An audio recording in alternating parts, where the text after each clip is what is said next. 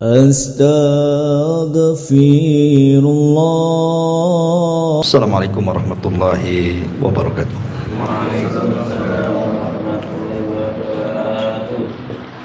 Alhamdulillah wassalatu wassalamu ala Rasulillah wa ala alihi wa sahbihi wa mawalah wa la hawla wa la quwata illa billahi wa ba'd. Hadirin dan hadirat yang dimuliakan Allah Subhanahu wa taala, alhamdulillah di malam hari ini balik kita bisa duduk untuk thalabul ilmi. Salawat dan juga salam kita hadiahkan kepada Rasul kita Nabi besar Muhammad sallallahu alaihi wasallam. Pembahasan di malam hari ini, karena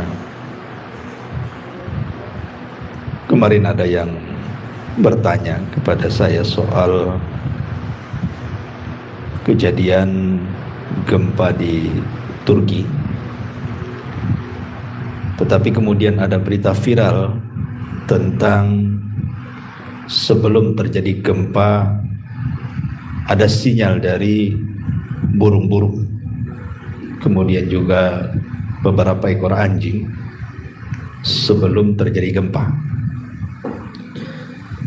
sehingga dia bertanya, apakah ada kaitan antara perilaku beberapa hewan yang di luar kebiasaan itu merupakan tanda dari tanda-tanda kiamat, atau hanya sekedar tanda-tanda akan terjadinya bencana besar, atau hanya perilaku tabiat saja. Dan minta mohon dijawab dalam kajian. Maka malam ini mudah-mudahan nonton yang nanya ini, jangan pula nanya tak nonton pula. Ya. Baik, ma'asyiral muslimin yang dimuliakan Allah Subhanahu wa taala, dalam surah Al-An'am ayat 38 Allah Subhanahu wa taala mengatakan, wa ma min dabbatin fil ardi wala ta'irin yatiru bi janahihi illa umamun amsalukum ma farratna fil kitabi min syai'in thumma ila rabbihim yuhsyarun. Dan tidaklah seekor binatang pun yang ada di bumi ataupun burung-burung yang terbang dengan kedua sayapnya, melainkan semuanya adalah umat-umat juga seperti kalian. Tidak ada satupun yang kami luputkan dalam kitab, kemudian kepada Tuhan mereka lah mereka dikumpulkan. Dari ayat ini kita tahu bahwa binatang ataupun hewan itu sama dengan kita. Mereka adalah umat yang Allah ciptakan. Makanya Allah mengatakan illa umamun amsalukum, kecuali semuanya hewan-hewan dan binatang itu merupakan umat-umat juga seperti kalian.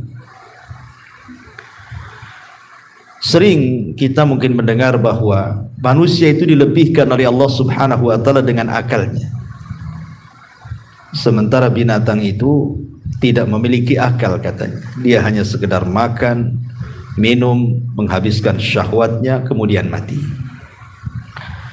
Sebenarnya tidak demikian. Jangan kita katakan bahwa binatang tidak berakal. Binatang punya akal, tapi tentu akal manusia jauh lebih tinggi dibandingkan akal mereka. Buktinya bahwa binatang itu berbicara sesama binatang, itu kenyataannya. Bahkan bukan hanya bicara dengan sesama mereka, sejenis mereka, terkadang juga berbicara dengan manusia. Contoh ketika Al-Quran bicara tentang Nabi Allah Sulaiman. Ketika Nabi Allah Sulaiman alaihi salatu wassalam kehilangan burung hudhud. Ketika itu Nabi Sulaiman berusaha untuk mencari hudhud, tapi hudhud juga tidak ketemu. Akhirnya kemudian Nabi Allah Sulaiman mengancam hudhud tersebut. Dia akan menyembelih, mengazab dengan keras, atau mendatangkan alasan, kan gitu. Kemudian setelah beberapa saat rupanya Hudhud datang. Kemudian Hudhud memberikan alasan, terjadilah dialog antara Hudhud dan Sulaiman, ya kan? Di mana Hudhud mengatakan bahwa aku memiliki pengetahuan yang engkau tidak punya. Kemudian dia bercerita, aku terbang sampai ke Yaman.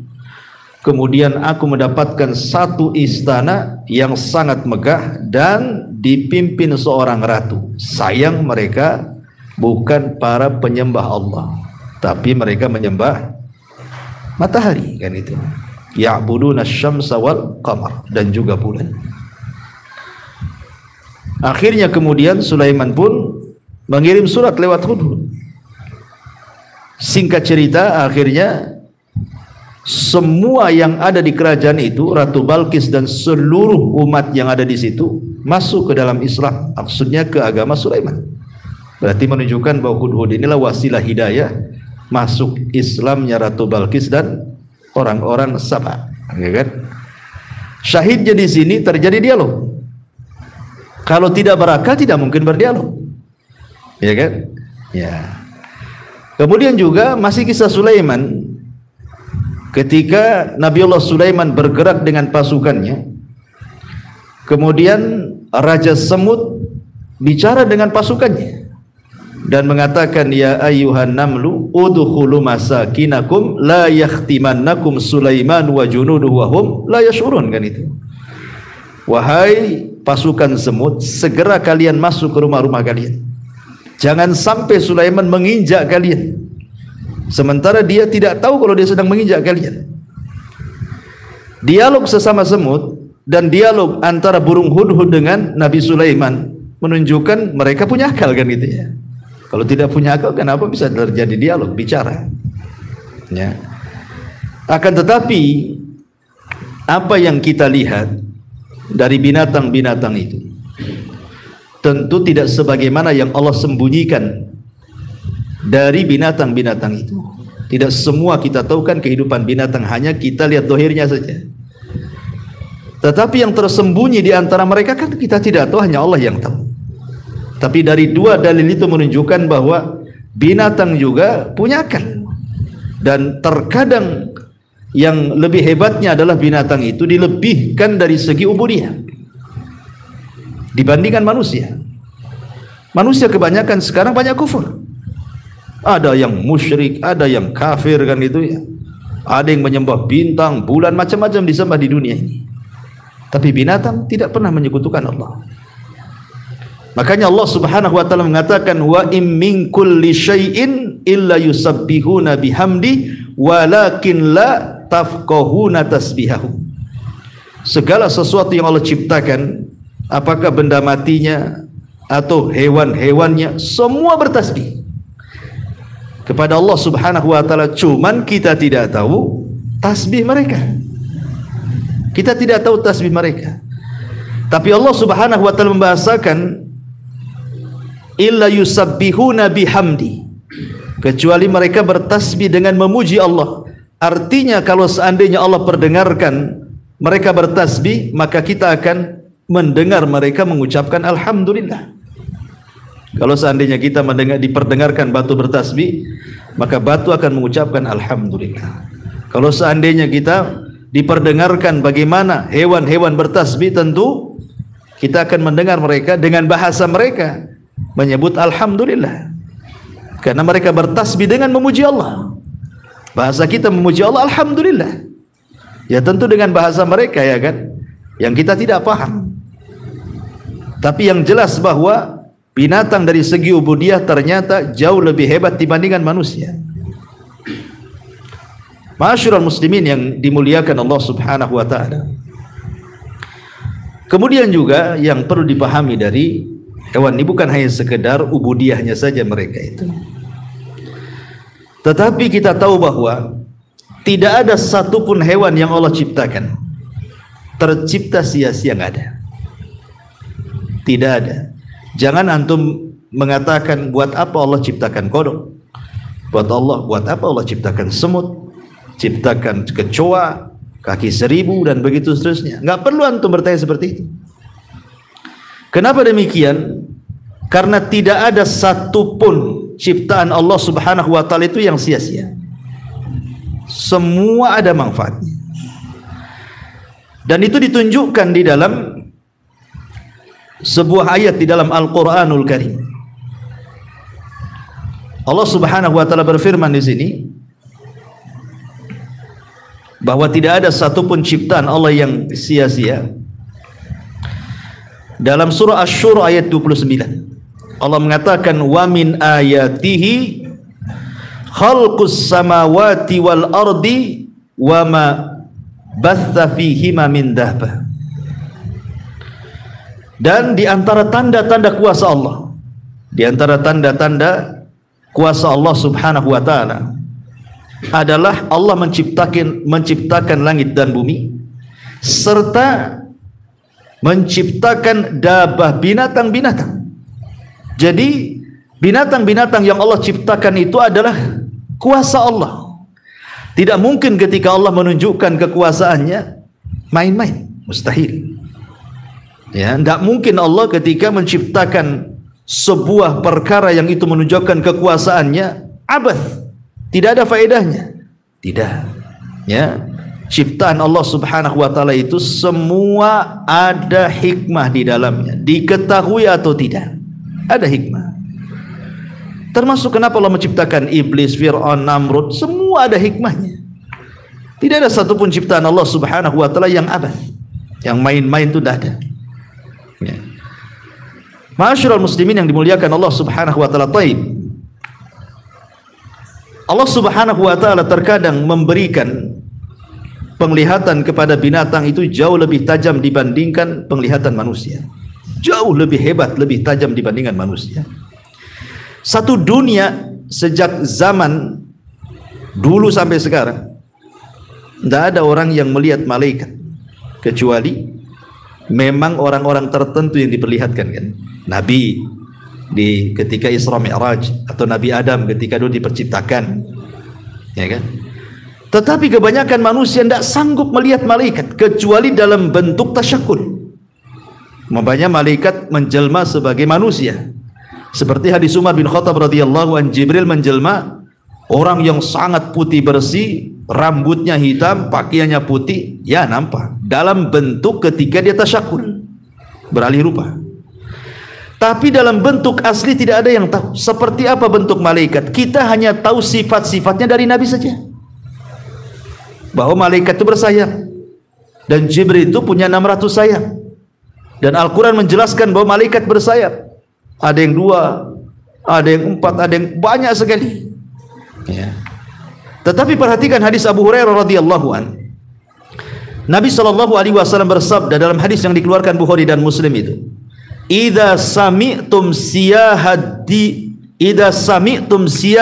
diyaki fas'alullaha min fadli fa innaha ra'at malakan. Nah, perhatikan di sini. Apabila engkau melihat kokokan ayam,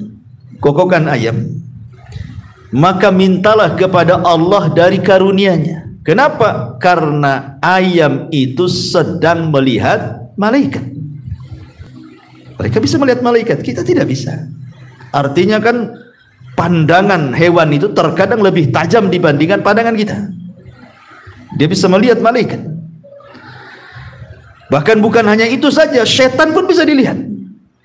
Makanya hadis berikutnya, wa idza sami'tum nahiqal himari, apabila engkau melihat ringkikan keledai, fata'awwadhu billahi minasyaitan, maka berlindunglah kepada Allah dari syaitan, fa innahu ra'a syaitanan, karena keledai itu sedang melihat setan.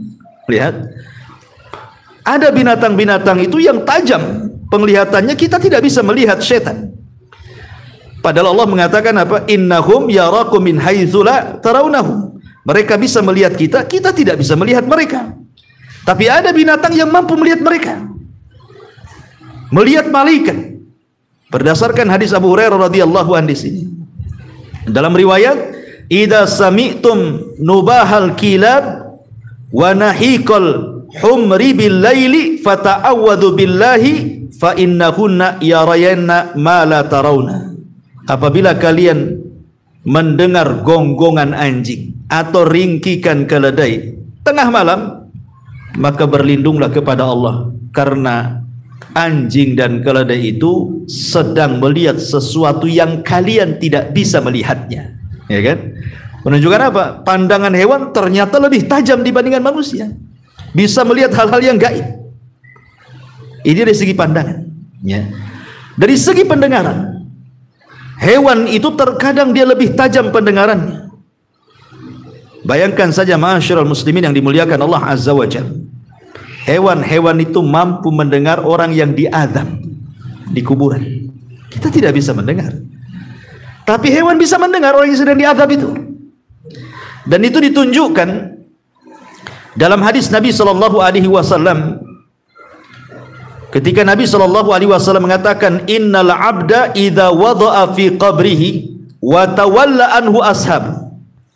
Apabila seorang hamba diletakkan di liang lahat, kemudian dipendam, kemudian orang yang mengantarnya sudah mulai balik pulang, ya, apa yang terjadi? Kemudian datang Munkar dan Nakir bertanya kepada sang mayit itu tentang 3 soalan, man rabbuka wa man nabiyuka wa ma dinuka. Kalau mereka tidak bisa menjawab, summa yudrabu bimitrakin min hadidin dharbatan baina udhunaihi, maka dia akan dipukul dengan gada dari besi, sekali pukulan di antara 2 telinganya, fayasihu sayhatan, dia pun menjerit kesakitan, yasmauha man yalihi ghaira thaqalaini al-insi wal jin, maka akan mendengar makhluk di sekitarnya kecuali manusia dan jin. Siapa makhluk di sekitarnya?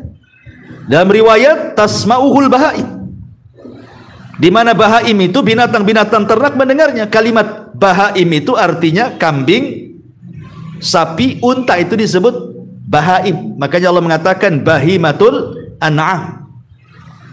Hewan yang dikurbankan itu harus dari minal bahaim, kan itu. Bahaim itu maksudnya kambing, sapi, unta. Nah, itu maksudnya bahaim.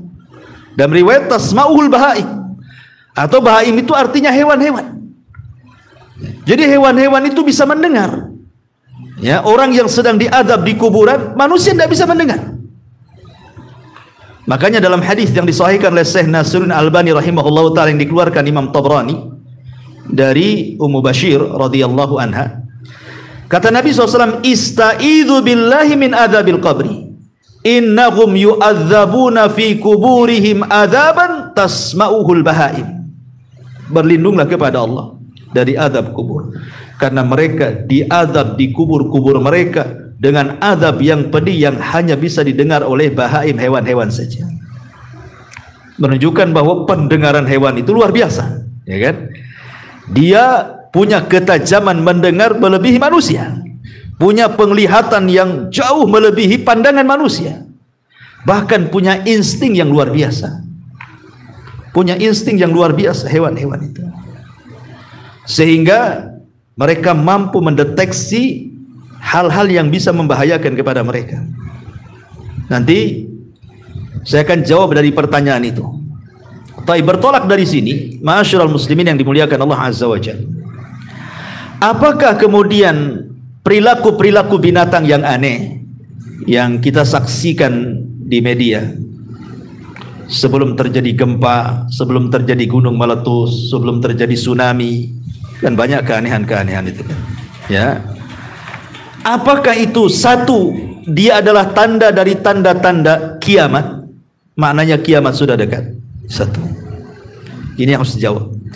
Yang kedua, apakah dia hanya sekedar sinyal saja bahwa dengan perilaku binatang yang aneh yang tidak biasa itu menandakan akan terjadi musibah besar, gempa kah, tsunami kah, gunung meletus kah, dan begitu seterusnya, atau itu hanya tabiat biasa binatang?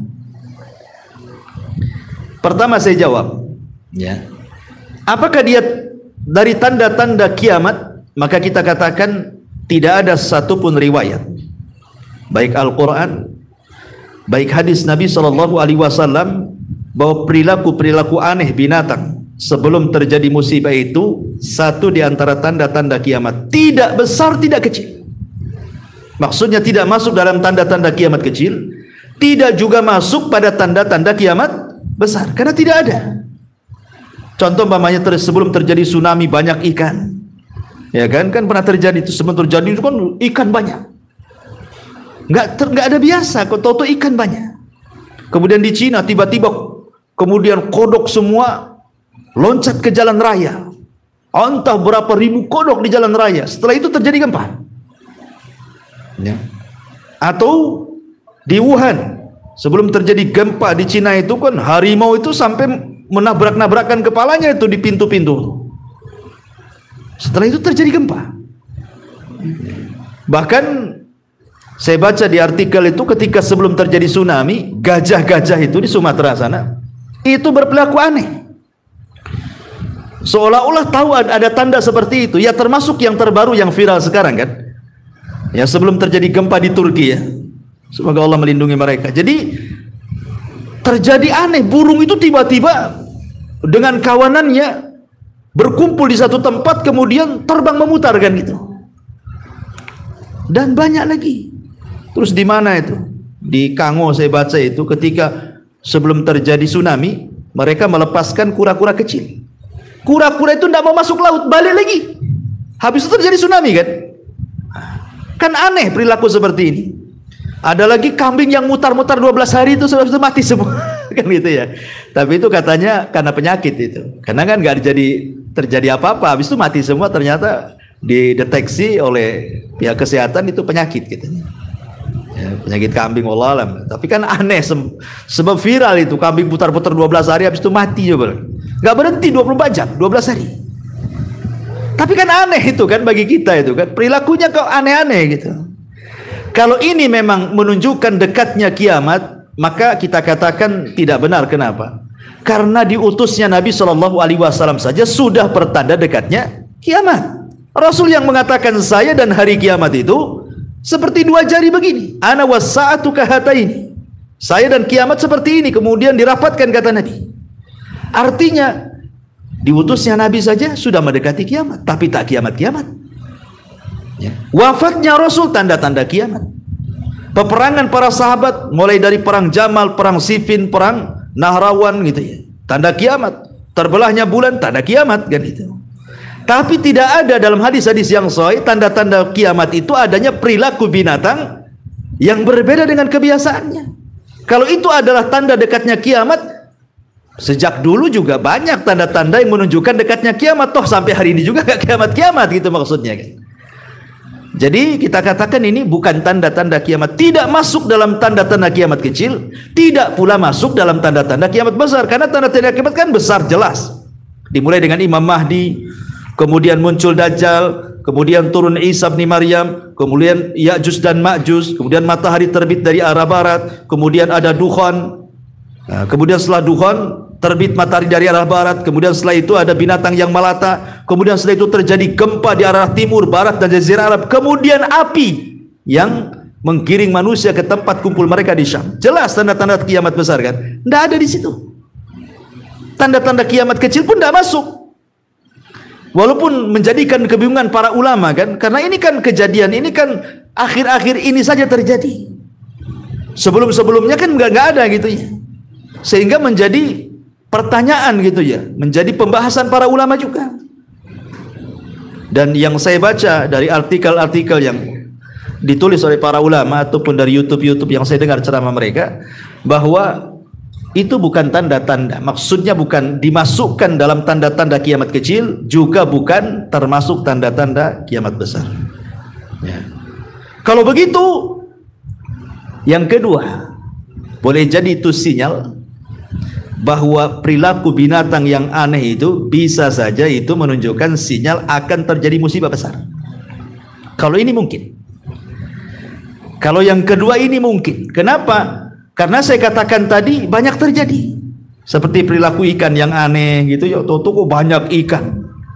Padahal macam mana ikan bisa tumpah ke daratan? Kalau bukan punya insting akan terjadi sesuatu. Perilaku gajah, perilaku monyet, perilaku kodok yang berjalan di jalan raya, macan yang tadinya garang loh ya, sampai-sampai kayak macan gila gitu ya. Habis itu terjadi gempa, terjadi tsunami, gunung meletus, macam-macam. Boleh jadi kalau jawaban yang kedua mungkin, karena saya katakan tadi binatang punya insting yang lebih di antara manusia. Mereka bisa melihat lebih tajam dibandingkan kita, bisa mendengar lebih hebat dibandingkan kita. Bahkan alat teknologi sekalipun tidak bisa mengalahkan hebatnya sinyal daripada binatang. Seperti nyamuk umpamanya kan. Sehebat apapun pesawat, tidak punya alat seperti nyamuk yang bisa mendeteksi di kegelapan panas. Sehingga walaupun digelapkan antum tidur di mana saja, tahu nyamuk itu di mana. Coba gelapkan, tahu nyamuk itu antum di mana, tahu. Tidak ada radar pesawat yang seperti hebatnya seperti nyamuk ini, Jan. Artinya dia punya sesuatu yang tidak dimiliki manusia, bahkan alat secanggih apapun. Buktinya kalau terjadi musibah, banyak binatang selamat dan banyak manusia mati. Ya kan? Banyak binatang yang selamat karena mereka sudah tahu duluan gitu akan terjadi itu. Seperti burung-burung sudah tahu akan ada tornado, mereka dah kabur duluan. Manusia tidak paham kalau itu sinyal. Bahkan manusia sudah berusaha pun umpamanya kan dari pihak BMKG atau apa sudah meletakkan alat-alat kan bahwa akan terjadi tsunami, akan terjadi gempa, kecolongan juga. Boleh jadi mungkin alatnya sudah kadaluarsa atau apa tuh kan? Ya.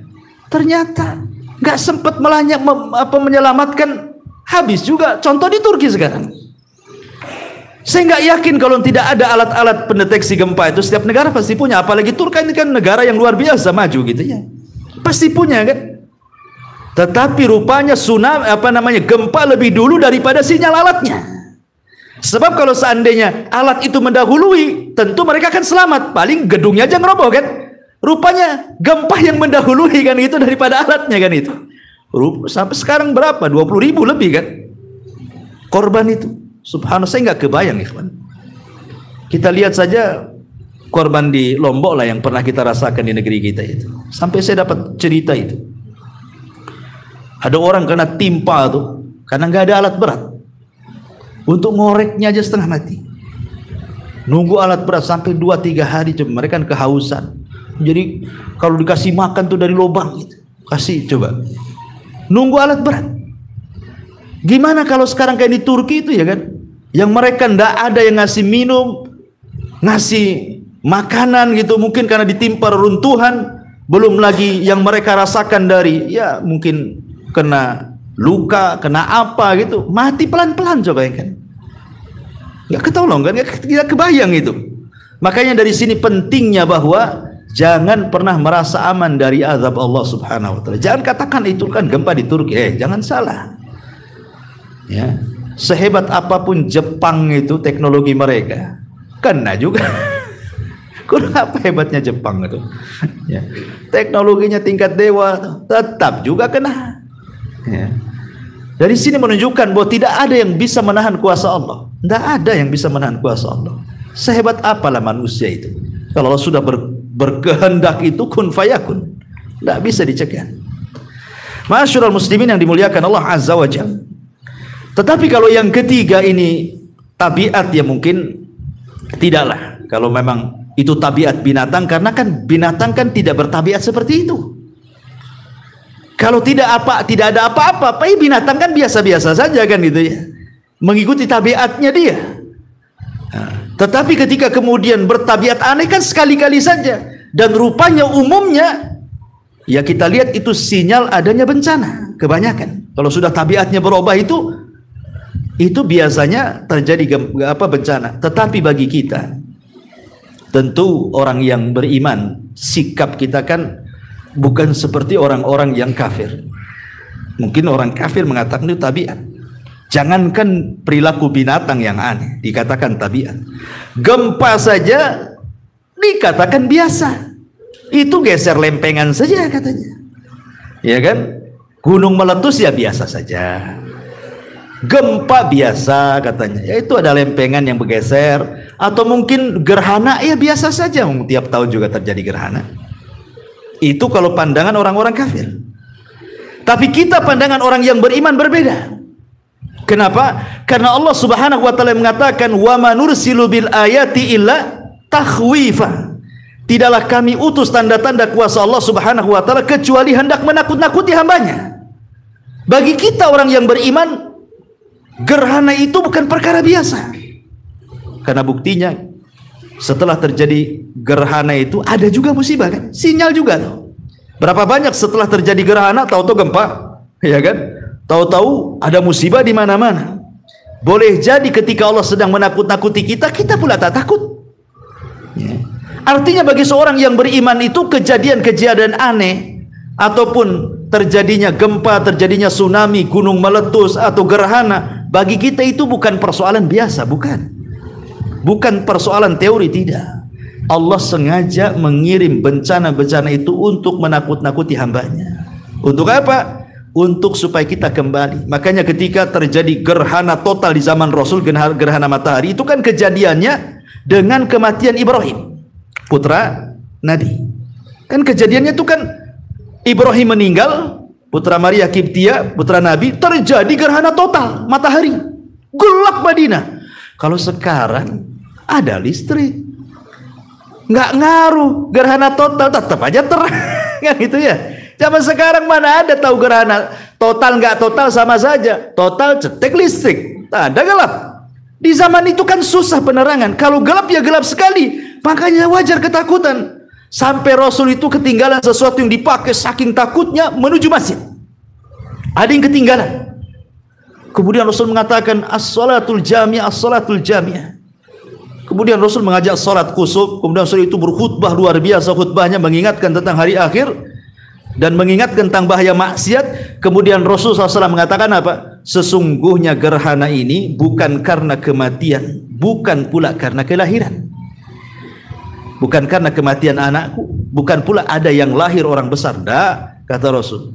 Tetapi gerhana itu liyukhawifu bihi ibadah, untuk menakut-nakuti hambanya. Makanya Allah mengatakan wa manursilu bil ayati illa takhwifa. Tidaklah kami utus kekuasaan Allah kecuali untuk menakut-nakutinya. Jadi kalau seandainya Allah Subhanahu wa taala memperlakukan binatang di luar kebiasaan perilaku dia, sesungguhnya pelajarannya adalah boleh jadi binatang itu sedang mengirim sinyal kepada kita supaya kita lebih berhati-hati dan waspada kan. Karena Allah menciptakan mereka tidak ada yang sia-sia.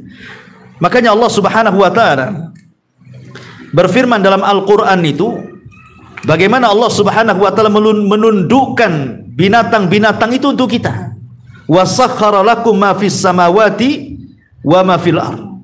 Dan Allah telah tundukkan apa yang ada di langit dan apa yang ada di bumi, dan di antara keduanya termasuk juga binatang. Ditundukkan kepada kita, maknanya apa? Ketika mereka ditundukkan kepada kita, bahwa sebenarnya kita diberikan sinyal oleh mereka tanpa harus ada alat teknologi sekalipun untuk memberikan sinyal adanya sebuah bencana. Allah itu sudah rahim dengan kita dengan mengirim tentara-tentaranya memberikan sinyal kan, akan terjadi musibah. Cuman adalah orang-orang yang dilalaikan, tidak mengambil ibrah dari situ, akhirnya terkena pula musibah itu. Ya. Karena Allah tidak pernah sia-sia menciptakan apapun. Ya. Allah berikan sinyal. Boleh jadi mungkin manusia membuat sinyal-sinyal itu juga boleh jadi diambil pelajaran dari binatang kan gitu.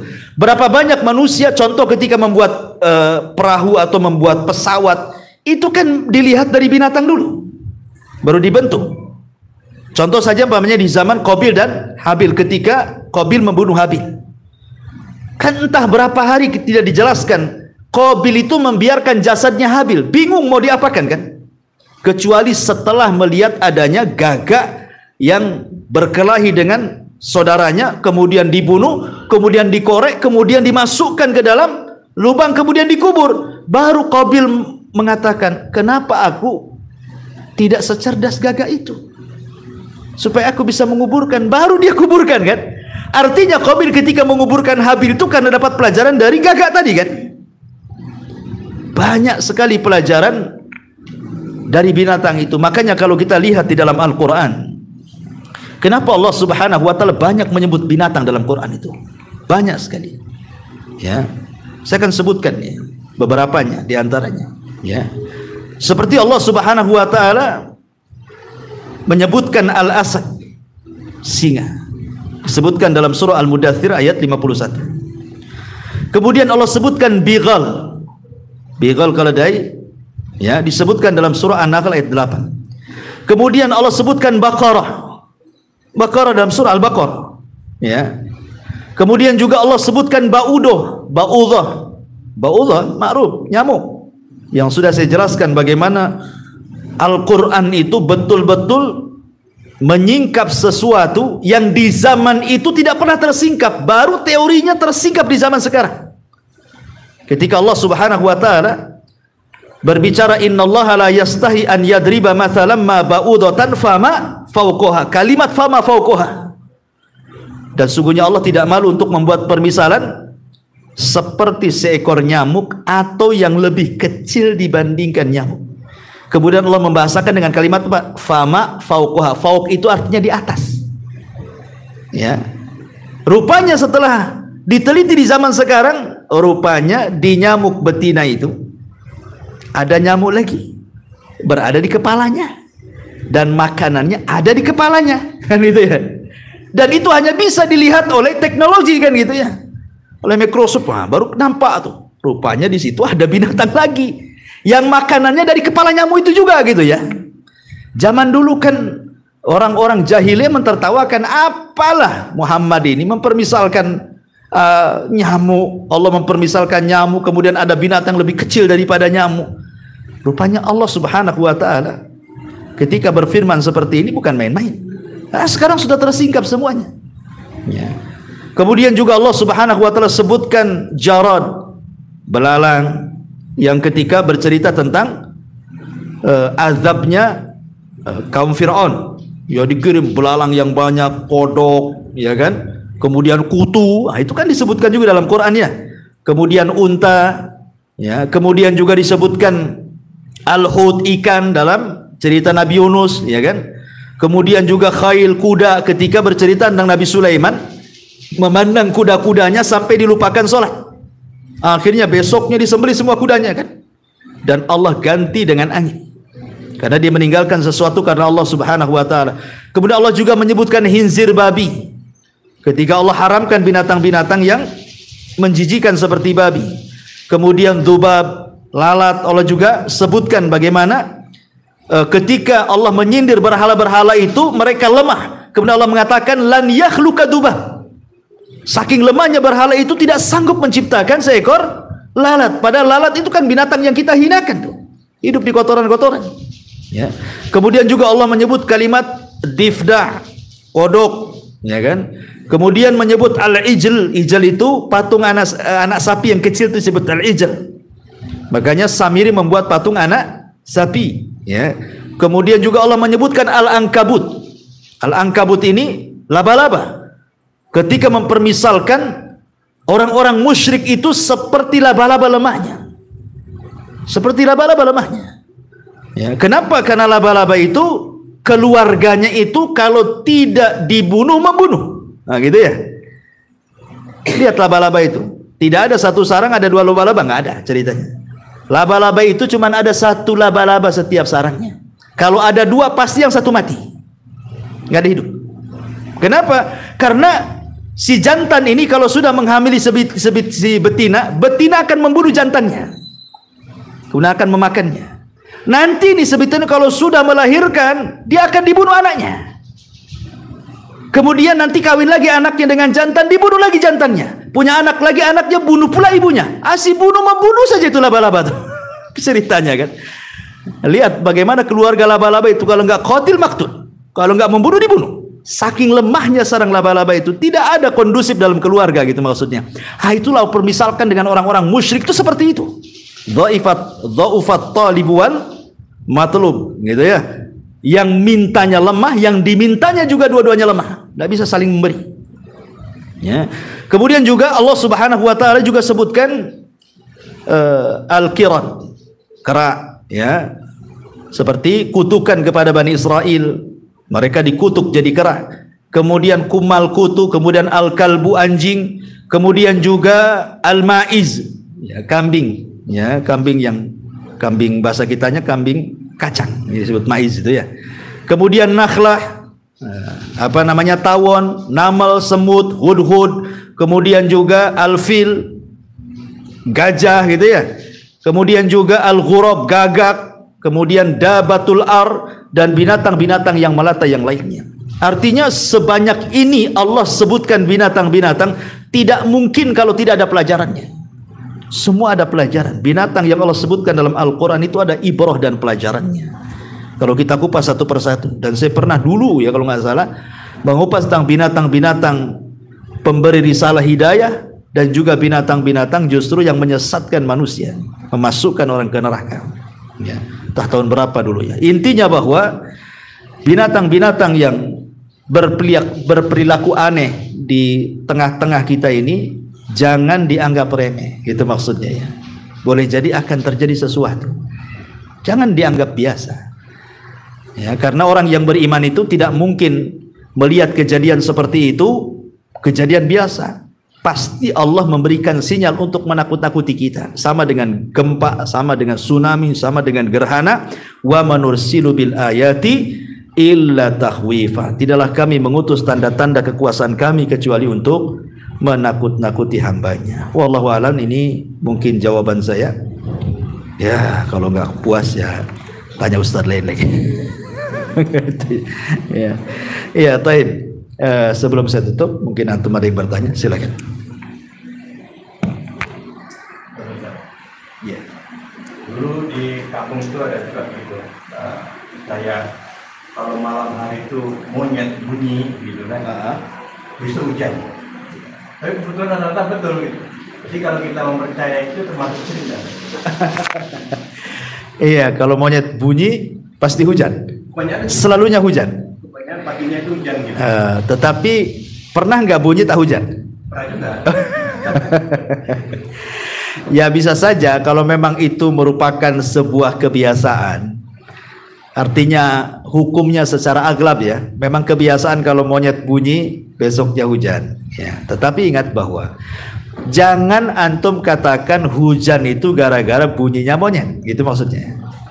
Itu sama dengan mengatakan mutirna binau'i kadza wa kadza, bahwa kami dihujani karena bintang ini dan itu. Itu kurang lebih seperti itu. Ya, bahwa bintang-bintang itu tidak mempengaruhi akan turunnya hujan, tetap yang memberikan hujan Allah. Sama juga, jangan katakan yang menjadikan hujan itu suara monyet berisik malam-malam. Nah, berarti besoknya hujan, seolah-olah hujan itu dinisbatkan karena berisiknya monyet. Nggak boleh. Ya, kalau itu bisa masuk syirkul asghar kan itu ya. Syirik kecil nggak boleh. Tapi kalau hanya sekedar ya kebiasaannya sih, kalau hanya menghabarkan saja kayak biasanya kalau bulan Januari ini musim hujan nih, apa aja gitu ya. Ya nggak apa-apa.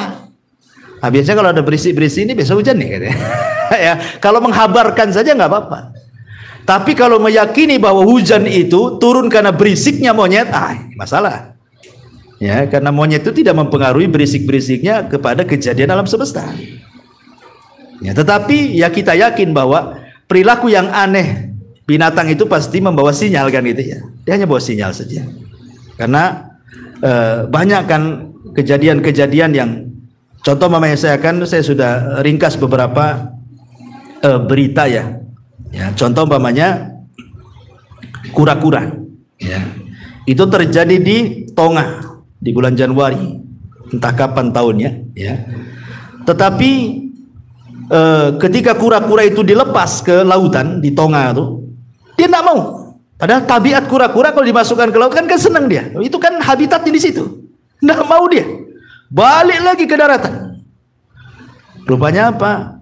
Setelah kejadian ini, tiba-tiba gunung meletus.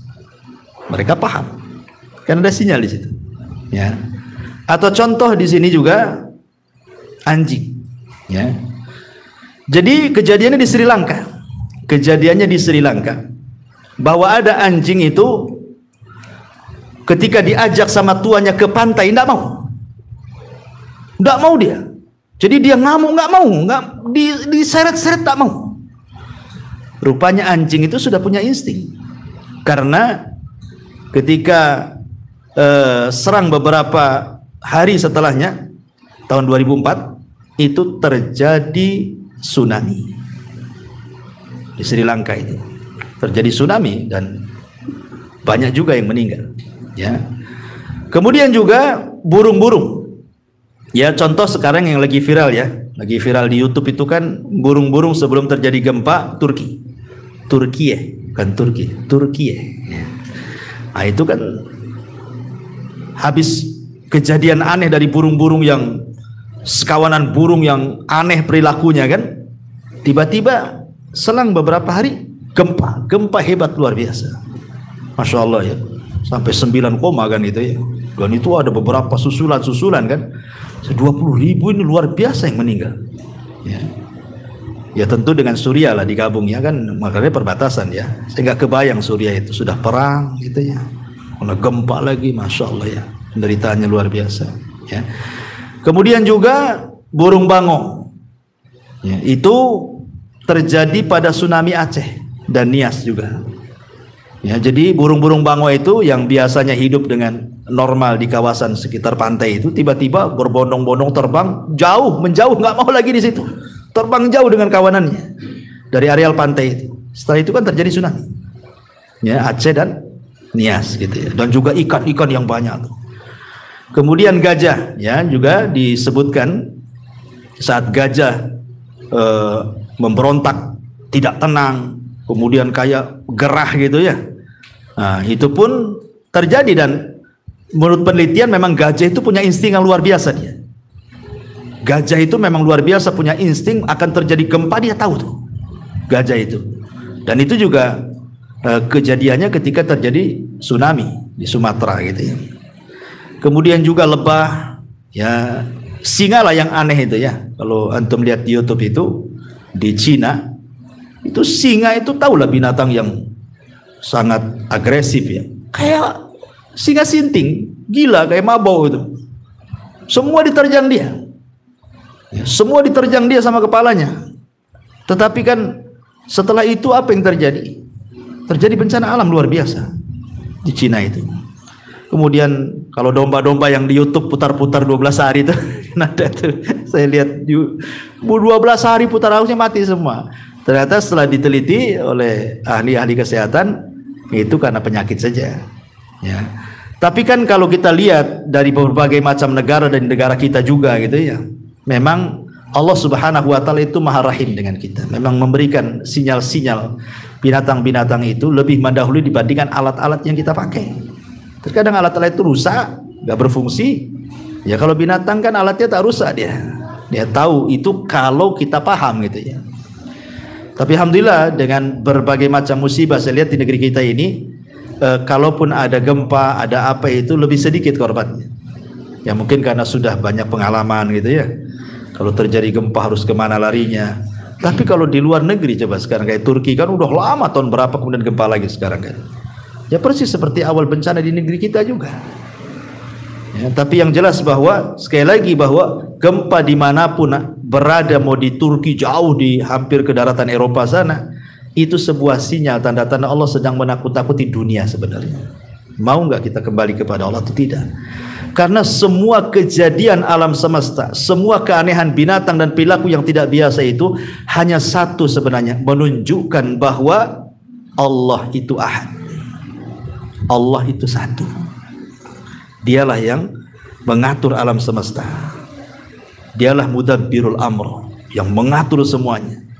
Menjadikan negeri ini tenang, menjadikan negeri ini kacau, menjadikan gunung ini tenang, menjadikan gunung ini hancur, dan begitu seterusnya. Semua di tangan Allah Subhanahu wa taala. Wallahu alam. Saya kira cukup, ya. Dan ada manfaatnya. Subhanakallahumma bihamdika asyhadu an la ilaha illa anta astaghfiruka wa atubu ilaik. Allahu taala alam. Assalamualaikum warahmatullahi wabarakatuh.